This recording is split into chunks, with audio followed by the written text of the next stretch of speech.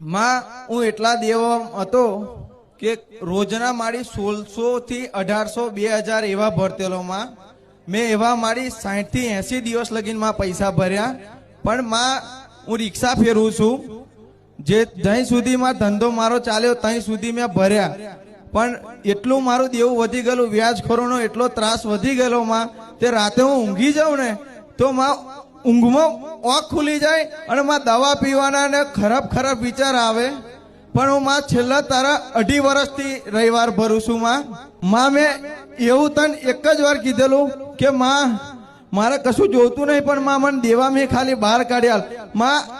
એક રવિવાર બોલિંગ ગયેલો બીજો રવિવાર આવતા પહેલા જ માં તે દેવું પૂરું કરી દીધું માં મારું દેવું માં લગભગ 1.5 થી 2 લાખ તો હતું જ અને પ્લસ વ્યાજ વગરનું કેટલું હતું આજ મારું દેવું ખાલી 2000 રૂપિયા છે હાલની તારીખ